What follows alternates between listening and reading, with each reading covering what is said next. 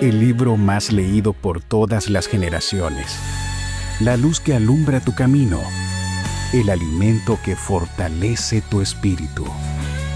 Narrado por Wendy Necio Sub. La Biblia en 365 días. Un libro sagrado, abierto en mis manos, 365 leyendo, buscando tus planos, hacia un futuro lleno de paz.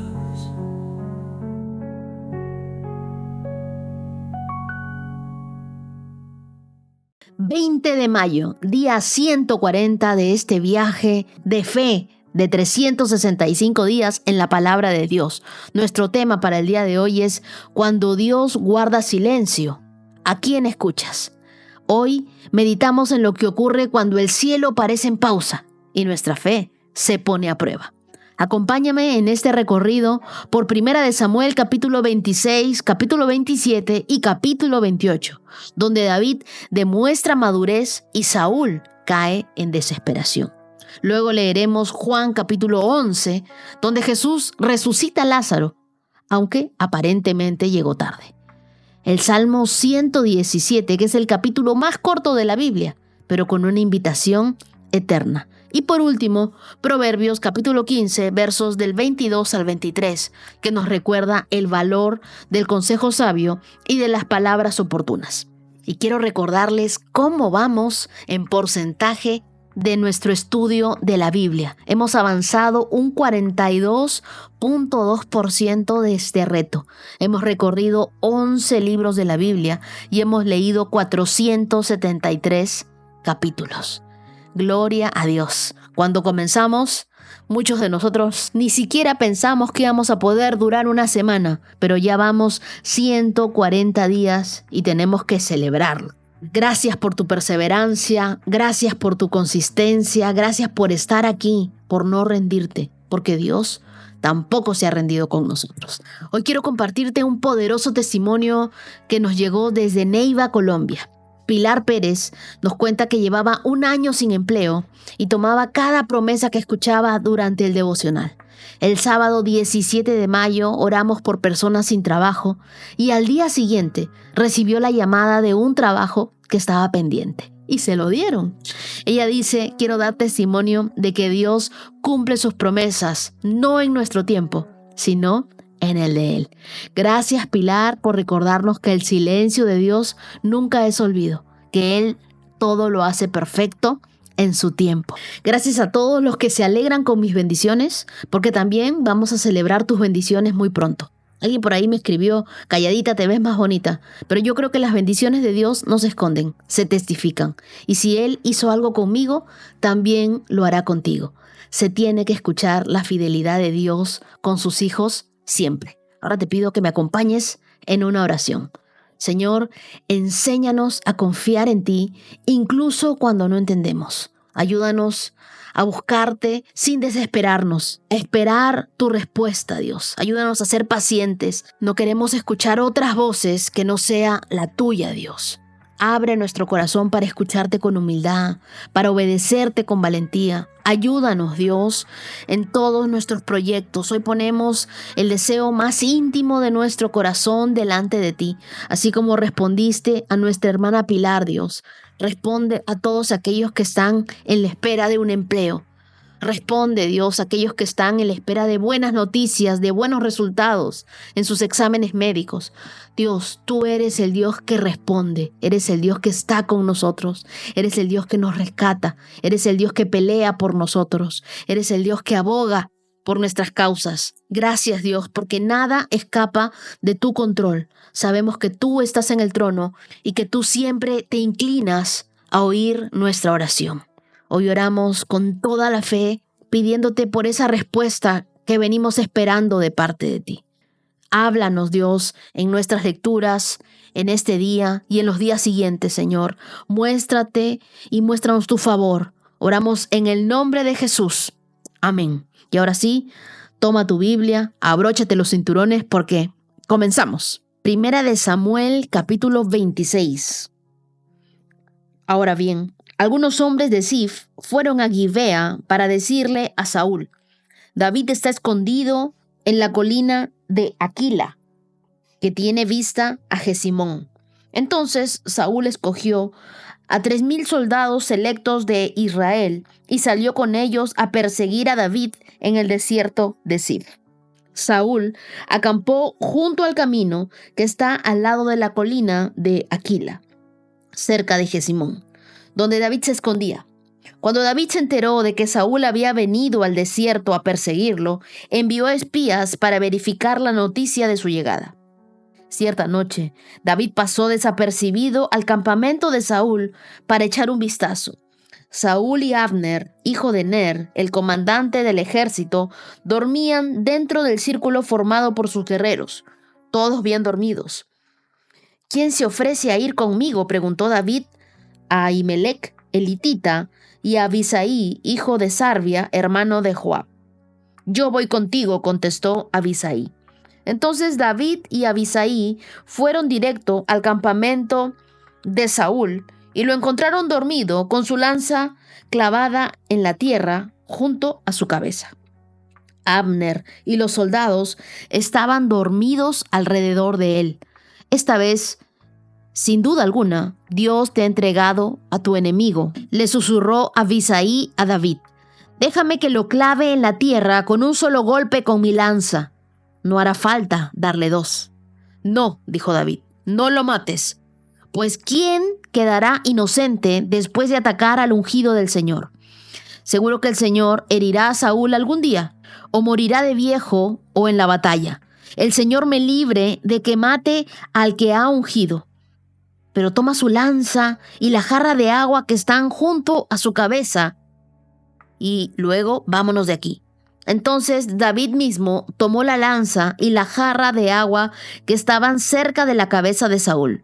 Luego él y Abisai escaparon sin que nadie los viera ni despertara, porque el Señor hizo que los hombres de Saúl cayeran en un sueño profundo. David subió la colina del lado opuesto del campamento hasta que estuvo a una distancia segura. Luego les gritó a los soldados y a Abner, hijo de Ner: «Despiértate, Abner». «¿Quién es?», preguntó Abner. «Bueno, Abner, eres un gran hombre de verdad», se burló David. «En todo Israel, ¿dónde hay uno que sea tan poderoso como tú? Entonces, ¿por qué no protegiste a tu amo, el rey, cuando alguien entró a matarlo?» «Esto no está nada bien. Juro por el Señor que tú y tus hombres merecen morir, porque no protegiste a tu amo, el ungido del Señor. Mira a tu alrededor, ¿dónde están la lanza del rey y la jarra de agua que estaban junto a su cabeza?» Saúl reconoció la voz de David y gritó: «¿Eres tú, David, hijo mío?» Y David contestó: «Sí, mi señor el rey. ¿Por qué me persigue? ¿Qué hice? ¿Qué delito cometí? Pero ahora que mi señor el rey escuche a su siervo, si el Señor lo ha incitado en mi contra, entonces que él acepte mi ofrenda. Pero si esto es solo un plan humano, entonces los que estén involucrados sean malditos por el Señor, pues me han expulsado de mi hogar y ya no puedo vivir entre el pueblo del Señor, y han dicho: ve, rinde culto a dioses paganos. Debo morir en tierra extranjera, lejos de la presencia del Señor. ¿Por qué el rey de Israel ha salido a buscar a una sola pulga? ¿Por qué me persigue como a una perdiz en las montañas?» Entonces Saúl confesó: «He pecado, hijo mío. Vuelve a casa y no trataré de hacerte daño, porque hoy has valorado mi vida. He sido un tonto y he estado muy, pero muy equivocado». «Aquí está su lanza, oh rey», dijo David. «Permita que uno de sus jóvenes venga por ella. El Señor da su propia recompensa por hacer el bien y por ser leal, y yo rehusé matarlo, aun cuando el Señor lo puso en mi poder, porque usted es el ungido del Señor. Ahora que el Señor valore mi vida, así como yo he valorado la suya. Que Él me rescate de todas mis dificultades». Y Saúl le dijo a David: «Bendiciones sobre tu vida, David, hijo mío. harás muchas acciones heroicas y seguramente te irá bien en todo lo que hagas. Luego David se fue y Saúl regresó a su casa. Primera de Samuel, capítulo 27. Pero David seguía pensando, algún día Saúl me va a atrapar. Lo mejor que puedo hacer es escapar y vivir entre los filisteos. Entonces Saúl dejará de buscarme en el territorio israelita y por fin estaría a salvo. Así que David tomó a sus 600 hombres y se fue y se unió a Aquis, hijo de Maoc, rey de Gat. David y sus hombres, junto con sus familias, se establecieron allí con Aquis en Gat. David llevó consigo a sus 2 esposas, Ahinoam de Jezreel y Abigail, la viuda de Nabal de Carmelo. Pronto le llegó a Saúl la noticia de que David había huido a Gat, así que dejó de perseguirlo. Cierto día, David le dijo a Aquis, si te parece bien, preferimos vivir en una de las ciudades que están en el campo, en lugar de vivir aquí en la ciudad real. Entonces Aquis le dio la ciudad de Siglag, que hasta el día de hoy pertenece a los reyes de Judá, y vivieron allí entre los filisteos 1 año y 4 meses. David y sus hombres pasaban su tiempo asaltando a los jeruseos, a los jerjesitas, a los amalecitas, pueblos que desde los tiempos antiguos vivían cerca de Shur, hacia la tierra de Egipto. David no dejaba ni una sola persona con vida en los pueblos que atacaba. Tomaba las ovejas, las cabras, el ganado, los burros, los camellos y la ropa antes de volver a la casa para ver al rey Aquis. ¿Dónde atacaste hoy?, le preguntaba Aquis, y David respondía, atacamos el sur de Judá, los Jeraamelitas y los ceneos. Nadie quedaba con vida que pudiera ir a Gat y contar dónde él había estado de verdad. Esto sucedía una y otra vez mientras vivía entre los filisteos. Aquis le creía a David y pensaba, a estas alturas el pueblo de Israel lo debe odiar amargamente. Ahora tendrá que quedarse aquí y servirme para siempre. Primera de Samuel, capítulo 28. Por ese tiempo, los filisteos reunieron sus ejércitos para ir a la guerra contra Israel. El rey de Aquis le dijo a David, se espera que tú y tus hombres salgan conmigo a la batalla. Muy bien, acordó David. Ahora comprobarás tú mismo lo que podemos hacer. Después, Aquis le dijo a David, te haré mi guardaespaldas personal de por vida. Durante este tiempo, Samuel había muerto y todo Israel había hecho duelo por él. Fue enterrado en Ramá, su ciudad natal. Saúl había expulsado del territorio de Israel a todos los médiums y a todos los que consultaban los espíritus de los muertos. Los filisteos montaron su campamento en Sunem, y Saúl reunió a todo el ejército de Israel y acampó en Gilboa. Cuando Saúl vio el inmenso ejército filisteo, tuvo miedo y se aterrorizó. Entonces le preguntó al Señor qué debía hacer, pero el Señor rehusó contestarle, ya fuera por sueños o por sorteo sagrado o por medio de los profetas. Así que Saúl les dijo a sus consejeros, busquen a una mujer que sea medium para ir y preguntarle qué hacer. Sus consejeros le respondieron, hay una medium en Endor. Entonces Saúl se disfrazó con ropa común en lugar de ponerse sus vestiduras reales y fue a casa de la mujer por la noche, acompañado de 2 de sus hombres. Tengo que hablar con un hombre que ha muerto, le dijo. ¿Puedes invocar a su espíritu por mí? ¿Estás tratando de que me maten?, preguntó la mujer. Usted sabe que Saúl ha expulsado a todos los medios y a todos los que consultan los espíritus de los muertos. ¿Por qué me tiende una trampa? Pero Saúl le hizo un juramento en el nombre del Señor y le prometió, tan cierto como que el Señor vive, nada malo te pasará por hacerlo. Finalmente, la mujer dijo, bien, ¿el espíritu de quién quiere que invoque? Llama a Samuel, respondió Saúl. Cuando la mujer vio a Samuel, gritó, me engañó. Usted es Saúl. No tengas miedo, le dijo el rey. ¿Qué es lo que ves? Veo a un Dios subiendo de la tierra, dijo ella. ¿Y qué aspecto tiene?, preguntó Saúl. Es un hombre anciano, envuelto en un manto, le contestó ella. Saúl se dio cuenta de que era Samuel y se postró en el suelo delante de él. ¿Por qué me molestas llamándome a regresar?, le preguntó Samuel a Saúl. Porque estoy en graves dificultades, contestó Saúl. Los filisteos están en guerra conmigo y Dios me ha dejado y no me responde ni por medio de profetas ni por sueños. Entonces te llamé para que me digas qué hacer. Pero Samuel respondió: ¿por qué me preguntas a mí? Si el Señor te abandonó y se ha vuelto tu enemigo. El Señor ha hecho exactamente lo que dijo que haría. Te ha arrancado del reino y se lo dio a tu rival, David. Hoy el Señor te ha hecho esto porque rehusaste llevar a cabo su ira feroz contra los amalecitas. Además, el Señor te entregará a ti y al ejército de Israel en manos de los filisteos, y mañana tú y tus hijos estarán aquí conmigo.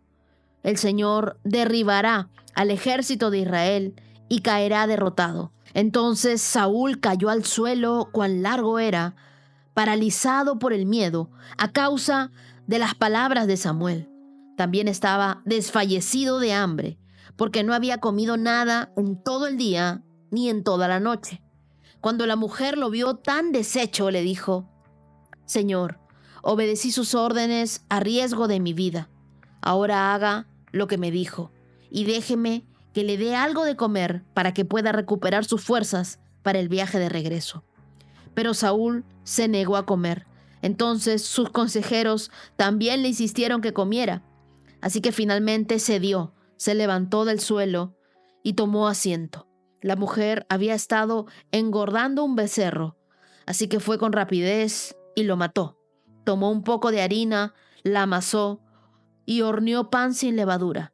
Entonces les llevó la comida a Saúl y a sus consejeros y comieron. Después salieron en la oscuridad de la noche.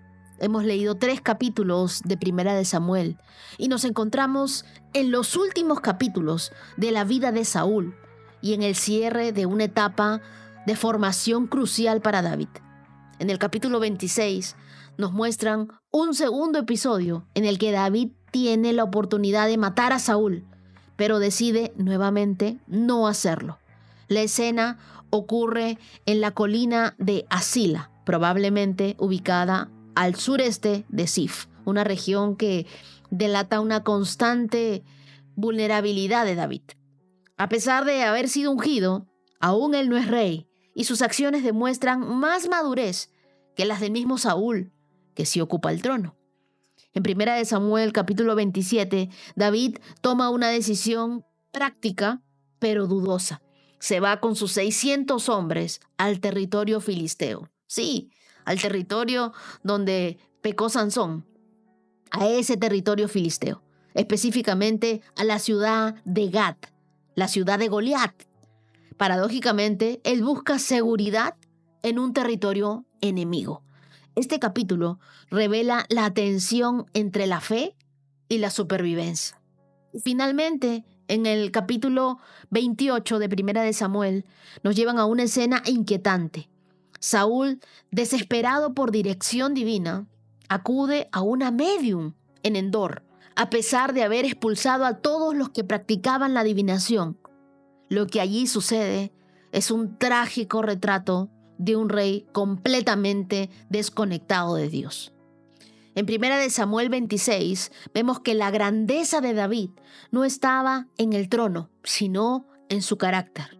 David perdona nuevamente la vida a Saúl, no por cobarde, sino porque él tenía una convicción.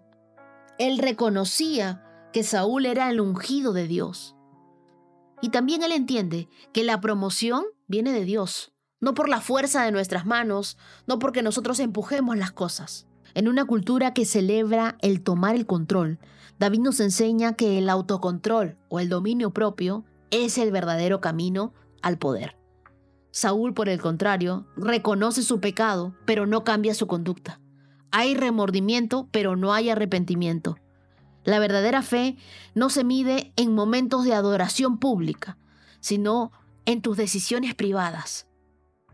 Tú podrías vengarte, pero eliges honrar a Dios. ¿Te ha pasado que has tenido todas las pruebas, tienes todo el conocimiento para vengarte, pero has dicho, no voy a tocar al ungido del Señor? Eso es fidelidad. Eso es que Dios pesa tu corazón y sabe que tú eres una persona íntegra. Y a pesar de que tienes la oportunidad de vengarte, no lo has hecho. Y luego vemos en 1 Samuel 27 que David se instala en Gat, ciudad de su antiguo enemigo Goliat. Él pide refugio a Aquis, el rey filisteo, y aunque la Biblia no dice que Dios le ordenara ir allí, tampoco lo reprende.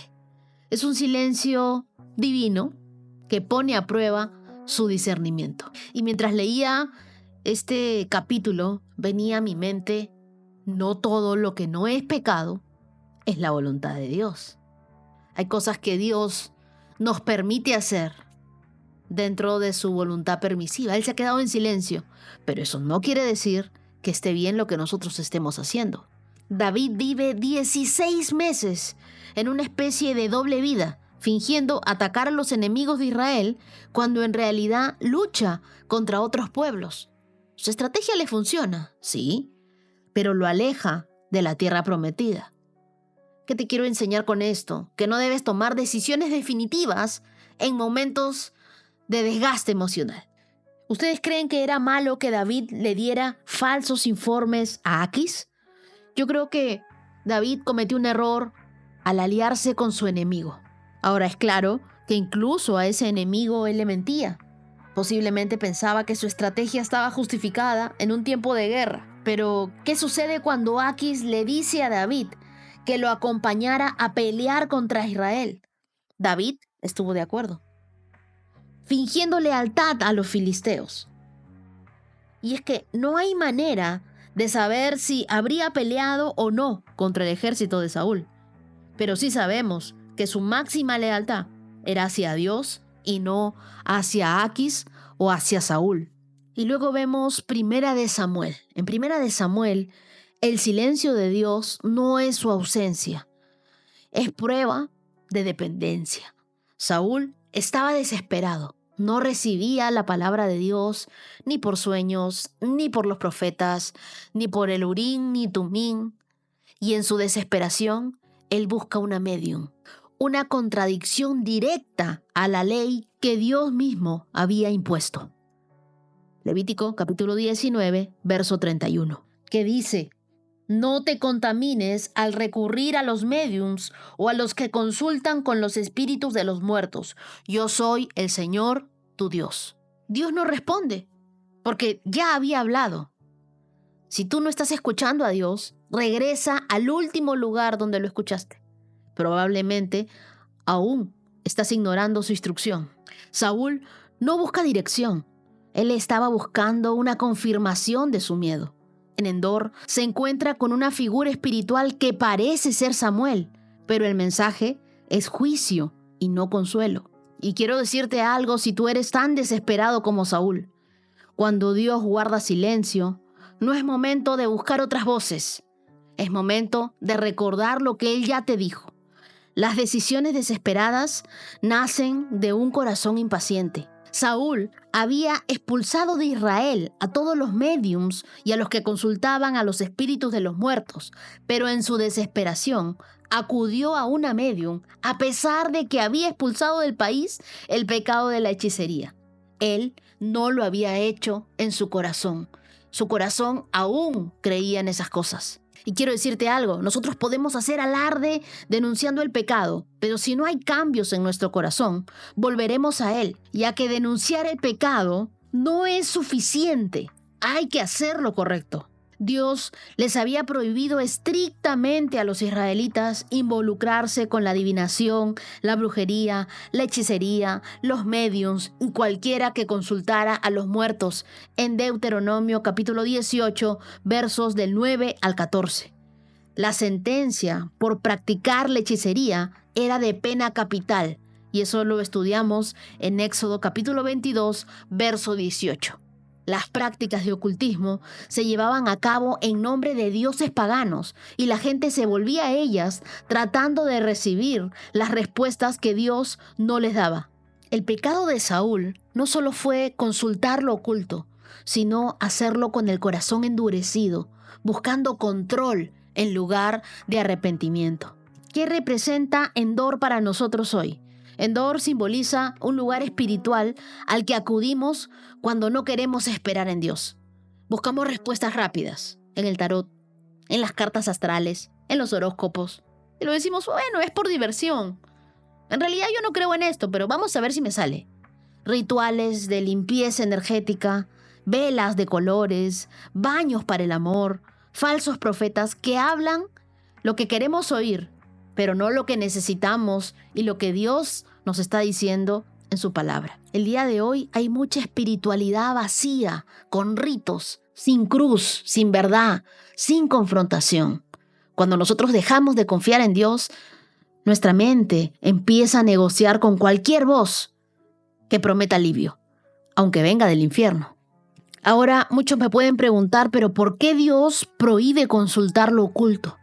Porque lo oculto abre puertas espirituales reales a fuerzas de oscuridad, que no solo te engañan, sino que te esclavizan. El diablo no solo quiere influenciarte, quiere ocupar espacio en tus decisiones. En 1 Samuel 28, la médium se sorprende genuinamente cuando ve subir a Samuel.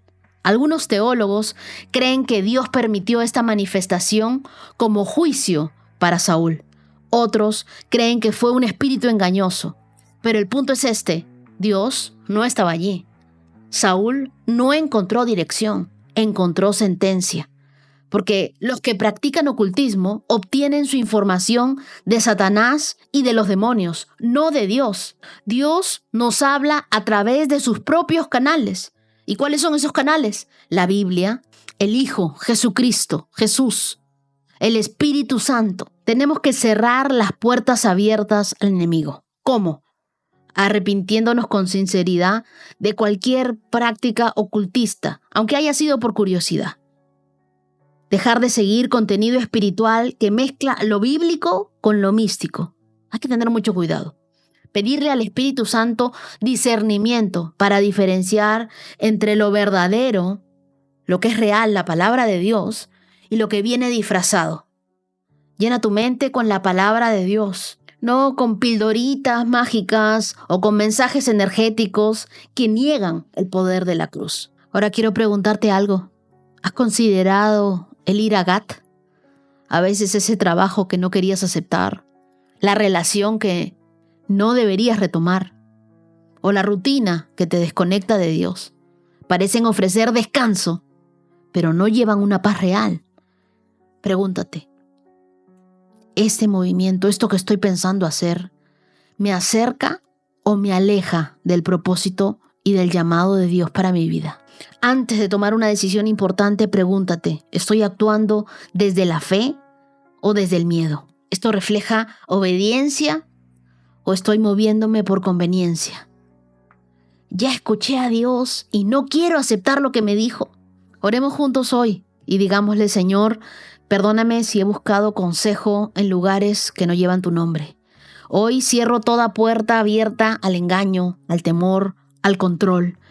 Llévame de vuelta a tu presencia. Aunque tengas que guardar silencio, enséñame a esperar. Hazme sensible a tu voz, firme en tu verdad y libre de toda manipulación espiritual. Dame discernimiento, Dios. Señor, en medio del silencio, ayúdame a confiar en tu fidelidad. Cuando tenga la oportunidad de vengarme, recuérdame tu justicia. Recuérdame no tomarme la venganza en mis manos. Ayúdame a dejarla en ti. Cuando me sienta tentada a refugiarme fuera de tu voluntad, recuérdame que solo tú eres mi seguridad, mi lugar seguro, mi roca, mi Dios. Enséñame a obedecer incluso cuando no entiendo, a esperar incluso cuando me duele y a seguir creyendo incluso cuando no te escucho. Oro hoy en el nombre de Jesús. Amén. Juan capítulo 11. Un hombre llamado Lázaro estaba enfermo. Vivía en Betania con sus hermanas María y Marta.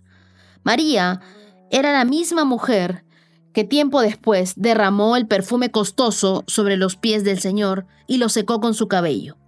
Su hermano Lázaro estaba enfermo, así que las dos hermanas le enviaron un mensaje a Jesús que decía: Señor, tu querido amigo está muy enfermo. Cuando Jesús oyó la noticia, dijo: la enfermedad de Lázaro no acabará en muerte. Al contrario, sucedió para la gloria de Dios, a fin de que el Hijo de Dios reciba la gloria como resultado. Aunque Jesús amaba a Marta y a María y a Lázaro, se quedó donde estaba 2 días más. Pasado ese tiempo, les dijo a sus discípulos: volvamos a Judea. Pero sus discípulos se opusieron diciendo: Rabí, hace solo unos días la gente de Judea trató de apedrearte.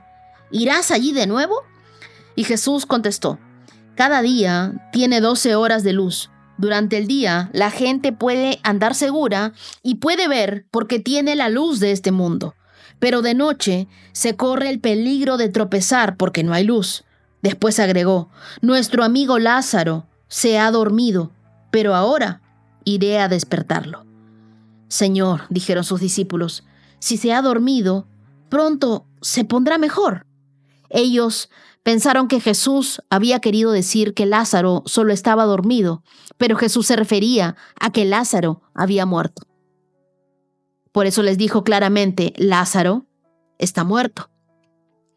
Y por bien de ustedes, me alegro de no haber estado allí, porque ahora ustedes van a creer de verdad. Vamos a verlo. Tomás, al que apodaban el gemelo, les dijo a los otros discípulos: vamos nosotros también y moriremos con Jesús. Cuando Jesús llegó a Betania, le dijeron que Lázaro ya llevaba 4 días en la tumba. Betania quedaba solo a unos pocos kilómetros de Jerusalén, y mucha gente se había acercado para consolar a Marta y a María por la pérdida de su hermano. Pero María se quedó en la casa. Marta le dijo a Jesús: Señor, si tan solo hubieras estado aquí, mi hermano no habría muerto. Pero aún ahora yo sé que Dios te dará todo lo que le pidas. Jesús le dijo: tu hermano resucitará. Es cierto, respondió Marta, resucitará cuando resuciten todos en el día final. Y Jesús le dijo: yo soy la resurrección y la vida. El que cree en mí vivirá aún después de haber muerto. Todo el que vive en mí y cree en mí jamás morirá. ¿Lo crees, Marta?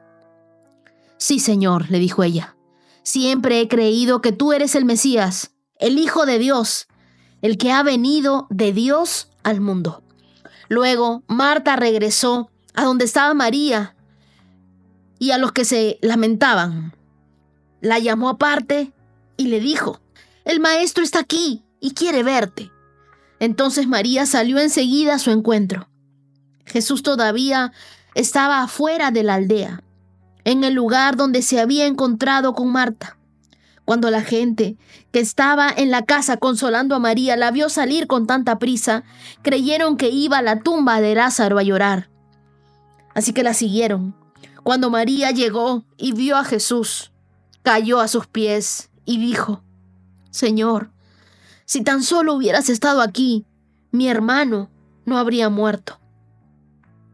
Cuando Jesús la vio llorando y vio a la gente lamentándose con ella, se enojó en su interior y se conmovió profundamente. ¿Dónde lo pusieron?, le preguntó. Ellos le dijeron: Señor, ven a verlo. Entonces Jesús lloró. La gente que estaba cerca dijo: miren, cuánto lo amaba. Pero otros decían: este hombre sanó a un ciego. ¿Acaso no podía impedir que Lázaro muriera? Jesús todavía estaba enojado cuando llegó a la tumba. Una cueva con una piedra que tapaba la entrada. Corran la piedra a un lado, les dijo Jesús. Entonces Marta, la hermana del muerto, protestó: Señor, ya hace 4 días que murió. Debe haber un olor espantoso. Y Jesús respondió: ¿no te dije que si crees, verás la gloria de Dios? Así que corrieron la piedra a un lado. Entonces Jesús miró al cielo y dijo: Padre, gracias por haberme oído. Tú siempre me oyes. Pero lo dije en voz alta, por el bien de toda la gente que está aquí, para que crean que tú me enviaste. Entonces gritó: Lázaro, sal de ahí. Y el muerto salió de la tumba con las manos y los pies envueltos con vendas de entierro y la cabeza enrollada en un lienzo. Jesús les dijo: quítenle las vendas y déjenlo ir.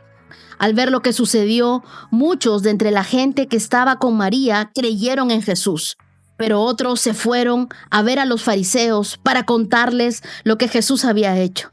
Entonces los principales sacerdotes y los fariseos convocaron al Concilio Supremo. ¿Qué vamos a hacer?, se preguntaron unos a otros. Sin duda, ese hombre realiza muchas señales milagrosas. Si lo dejamos seguir así, dentro de poco todos van a creer en él. Entonces, el ejército romano vendrá y destruirá tanto nuestro templo como nuestra nación. Caifás, quien era el sumo sacerdote en aquel tiempo, dijo: no saben de qué están hablando, no se dan cuenta de que es mejor para ustedes que muera un solo hombre por el pueblo y no que la nación entera sea destruida. No dijo eso por su propia cuenta. Como sumo sacerdote en aquel tiempo, fue guiado a profetizar que Jesús moriría por toda la nación, y no solo por esa nación, sino que también moriría para congregar y unir a todos los hijos de Dios dispersos por el mundo. Así que a partir de ese momento, los líderes judíos comenzaron a conspirar para matar a Jesús. Como resultado, Jesús detuvo su ministerio público entre la gente y salió de Jerusalén. Fue a un lugar cercano al desierto, a la aldea de Efraín, y se quedó allí con sus discípulos. Ya falta poco para la celebración de la Pascua judía, y mucha gente de todo el país llegó a Jerusalén varios días antes para participar en la ceremonia de purificación previa al comienzo de la Pascua. Seguían buscando a Jesús, pero mientras estaban en el templo se decían unos a otros: ¿qué les parece? No vendrá para la Pascua, ¿verdad? Mientras tanto, los principales sacerdotes y los fariseos habían dado órdenes públicamente de que cualquiera que viera a Jesús avisara enseguida para que ellos pudieran arrestarlo. Juan 11 narra uno de los milagros más impactantes del ministerio de Jesús, la resurrección de Lázaro. Él vivía en Betania, en un pequeño pueblo a unos 3 kilómetros de Jerusalén. Esta cercanía a la ciudad hace que el milagro se convierta en un acto público y decisivo que precipita los planes para arrestar a Jesús. Lázaro era hermano de Marta y María, una familia cercana aJesús. Cuando Lázaro enferma, ellas envían un mensaje claro: el amigo que tanto amas está enfermo.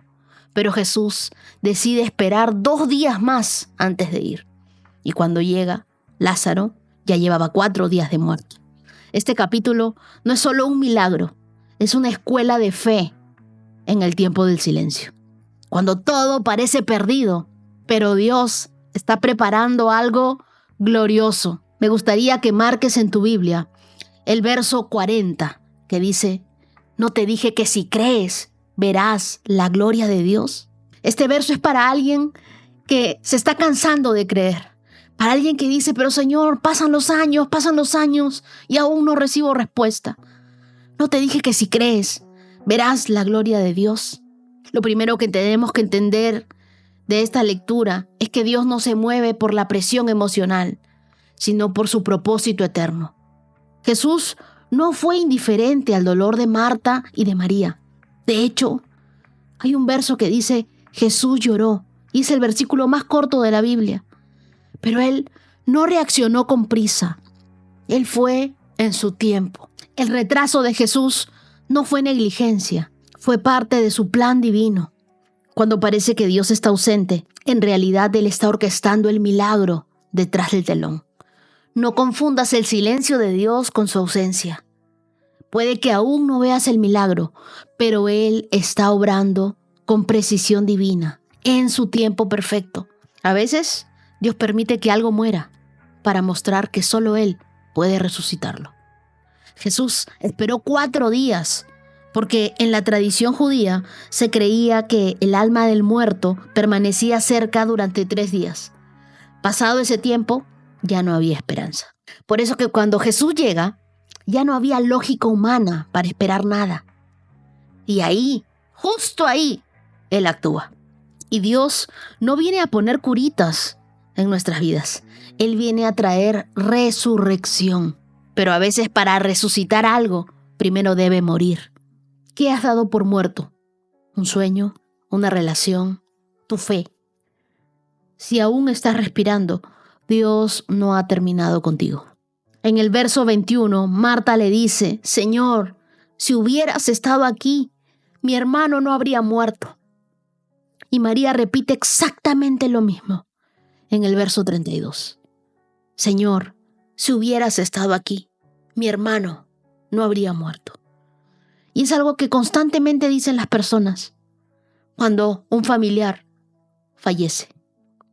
Ambas creen que Jesús podía haber evitado la muerte, pero no creen que puede revertirla. Jesús le responde a Marta, yo soy la resurrección y la vida, en el verso 25. No dijo, yo doy vida, dijo, yo soy. No es un evento, es una persona. La fe no es solo creer que Dios puede evitar que algo malo ocurra, es confiar en que Él puede usar incluso lo malo para mostrar su gloria. Me sorprendió mucho el verso 27, las palabras de Marta a Jesús. Marta le dice, siempre he creído que tú eres el Mesías, el Hijo de Dios, el que ha venido de Dios al mundo. ¿Se dieron cuenta cómo esta mujer cambió?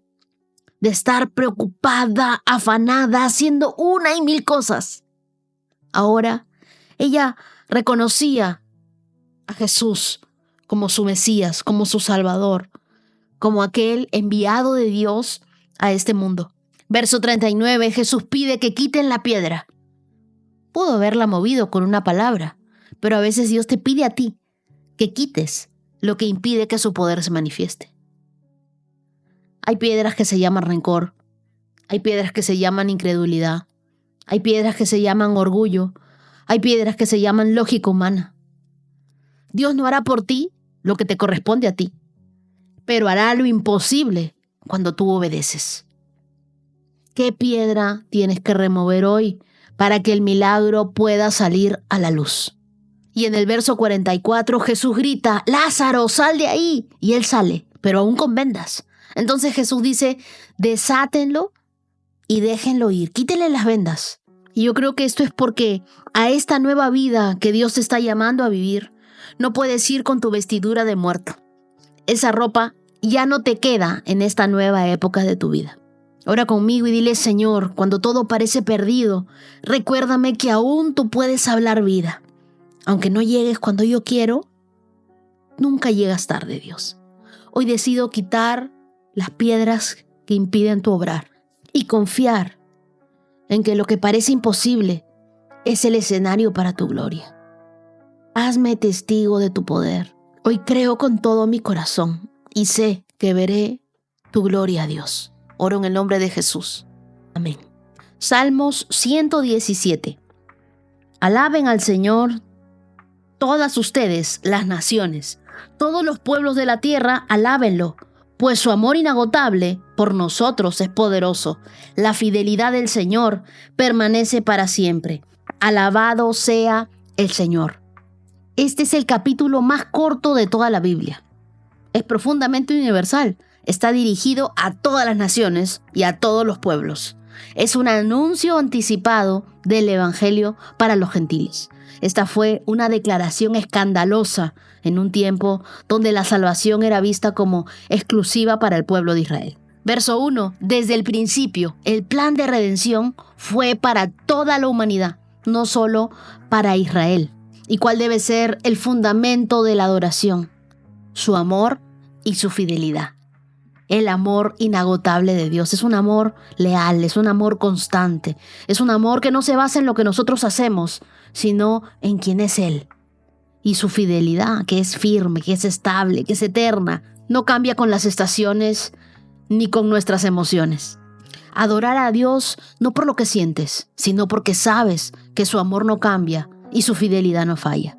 Este salmo nos invita a mirar más allá de nuestra burbuja espiritual y a reconocer que el corazón de Dios late por todas las naciones. Él no hace diferencia. Él nos recuerda que la adoración es una respuesta, no una rutina. No necesitas una canción perfecta, solo un corazón sincero. En medio de un mundo que cambia, su amor sigue firme. En tiempos de crisis, su fidelidad es nuestra ancla. Proverbios capítulo 15, verso 22. Los planes fracasan por falta de consejo. Muchos consejeros traen éxito. A todo el mundo le gusta una respuesta apropiada. Es hermoso decir lo correcto en el momento oportuno. El libro de Proverbios fue escrito mayoritariamente por el rey Salomón, considerado el hombre más sabio de su tiempo. Y aquí se enfoca en dos áreas claves del liderazgo. La primera, la toma de decisiones estratégicas en el verso 22 y en el verso 23, la sabiduría para hablar con discernimiento. Ambos versículos están conectados. La sabiduría no se demuestra solo en esperar bien, sino en saber escuchar y saber hablar. Verso 22 dice, los planes fracasan por falta de consejo. Muchos consejeros traen éxito.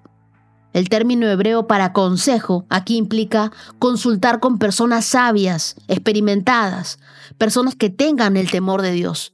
No se trata de pedir opiniones al azar, sino de rodearte de personas que aporten perspectiva, experiencia y verdad a tu vida. Si la persona más sabia en la sala eres tú, estás en la sala equivocada. No tomes decisiones importantes solo guiándote por su perspectiva emocional. Busca consejo antes de avanzar, no después de fallar. Rodéate de personas que no te digan lo que quieres oír, sino lo que necesitas saber. Y el verso 23 nos dice que qué bueno es el consejo oportuno. Todos se alegran cuando se le da una respuesta adecuada. Una palabra adecuada en el momento correcto puede cambiar el ánimo, puede restaurar una relación, puede guiar una decisión. El proverbio resalta la belleza de hablar, pero hacerlo con discernimiento. A veces lo más ungido que puedes hacer es cerrar la boca hasta que el Espíritu Santo te diga que la abras. No hables solo para llenar el silencio, habla para sembrar sabiduría. Antes de opinar, pregúntate, ¿esto edifica? ¿Esto guía? ¿Esto consuela? Escoge ser una persona cuya voz da dirección y no confusión. Día 140, check. Antes de cerrar ese episodio, quiero enviar saludos muy especiales de cumpleaños y de celebración. Hoy felicitamos con mucho cariño a Mónica Pedraza desde Tunja, Colombia. Que Dios te bendiga. Feliz cumpleaños para Carlos Rivera de Fresno, Tolima, Colombia. ¡Qué bendición, Colombia! Feliz cumpleaños para Manuela de Pereira, Colombia. Todos los saludos son colombianos hoy día, ¿eh? ¡Qué bendición! Feliz cumpleaños también para Stephanie Novillo. Ella no me dijo de dónde era, pero donde estés, que Dios te bendiga y que su gracia te alcance. Feliz cumpleaños para Blanca Nelly desde Monterrey, México. Feliz cumpleaños para Lady Lynn Sánchez en República Dominicana. Y feliz cumpleaños para Katia Esquivel de Adán Nosé en Costa Rica. Celebramos con alegría el aniversario número 2 de Tomás Harris y Norma López Harris. Que Dios les regale muchos más años de amor, de unidad y de propósito. Y sobre todo, que tengan una excelente comunicación. A todos, gracias por ser parte de esta comunidad. Los quiero muchísimo y nos encontramos mañana, si Dios quiere, con un nuevo episodio de la Biblia en 365 días. Bendiciones. 365 con Dios, con Wendy Necio Sub.